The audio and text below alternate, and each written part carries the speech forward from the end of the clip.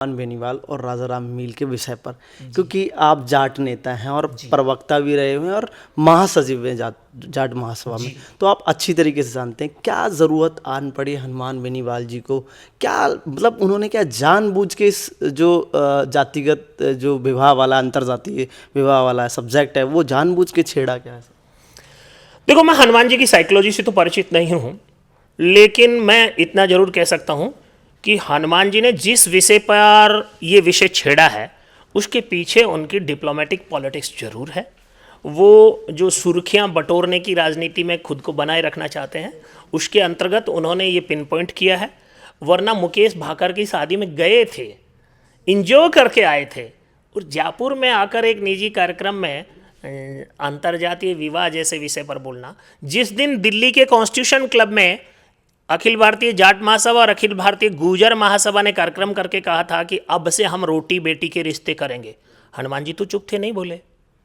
हनुमान जी को अब लगा अचानक से कोई मीडिया हाइप्स में कोई कमी आई तो कहीं न कहीं कंट्रोवर्सी कहां पैदा करें। तो पार्लियामेंट में भी कुछ कंट्रोवर्सी की बातें बोलते हैं पर उसको हाइप ज़्यादा नहीं मिली, तो फिर वो तरीका ये निकला कि बोल गए। मुझे नहीं लगता कि हनुमान जी के लिए बयान किसी भी रूप से जरूरी नहीं था, निजी निहायत लोगों का फैसला है। और भाई साहब, जाटों में तो बड़ी संख्या में बिहार से महाराष्ट्र से बहू लाई जा रही हैं। हनुमान जी अगर अंतरजातीय विवाह के विरोधी तो उन कुंवारे लोगों के बिहार और महाराष्ट्र की बहू क्यों आ रही हैं? भाई, हनुमान जी कौन सा संदेश देना चाहते हैं या खुद चर्चा में रहना चाहते हैं, हनुमान जी बता सकते हैं। पर हनुमान जी का इस विषय पर पिन पॉइंट करके जाट महासभा अध्यक्ष को टारगेट करके बोलना और फिर माननीय जाट महासभा के अध्यक्ष राजाराम जी का हनुमान जी को उस अपनी देहाती भाषा में जवाब देना, दोनों ही जरूरी नहीं थे।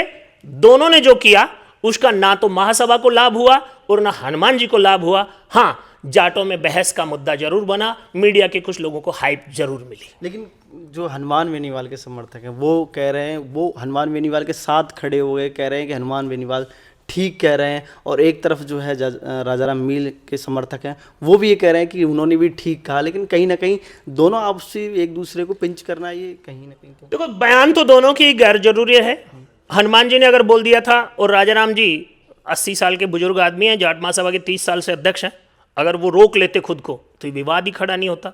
अब वो भी भावुक होकर के बोल गए कि मेरे परिवार पर बोला है तो मैं जवाब दूंगा, और हनुमान जी ने शायद सोच समझ कर बोला था, उनको लगता था कि इससे मुझे मीडिया हाइप मिलेगी, चर्चा चलेगी। अब हनुमान जी के समर्थक, तो इस देश में समर्थकों की स्थिति यह है कि जो आपने देखा होगा वीरप्पन के भी समर्थक रहे, और वीरप्पन जंगलों में इतनी साल घूमा, पकड़ा नहीं गया तो समर्थकों के कारण नहीं पकड़ा गया। अब हनुमान जी लोकतांत्रिक राजनीति करने के इच्छुक हैं तो उन्हें ऐसी बातों से गुरेज परहेज करना चाहिए। हम भी हनुमान जी की पॉलिटिकल स्पीड को सपोर्ट करना चाहते थे, पर कंट्रोवर्सी पैदा करके वो खुद ही अगर विवादों में आते हैं तो क्यों आते हैं, मैं नहीं समझ पा रहा हूँ। बहुत बहुत धन्यवाद। हमारे साथ थे कृष्ण कुमार जानू जी। तमाम सवालों पर मुखर होकर उन्होंने जवाब दिया और साफ तौर पर कहा कि सरकार की मंशा तो नहीं लग रही है कि जो है नवंबर से पहले चुनाव कर पाए। One nation one state one nation की तरफ जो है इलेक्शन की तरफ जा रहा है, और वो आने वाले समय में क्या होता है वो देखने वाली बात होगी। सहयोगी कैमरामैन राकेश गुप्ता के साथ मैं आरव सिंह, पॉलिटिकल पंचायत, जयपुर।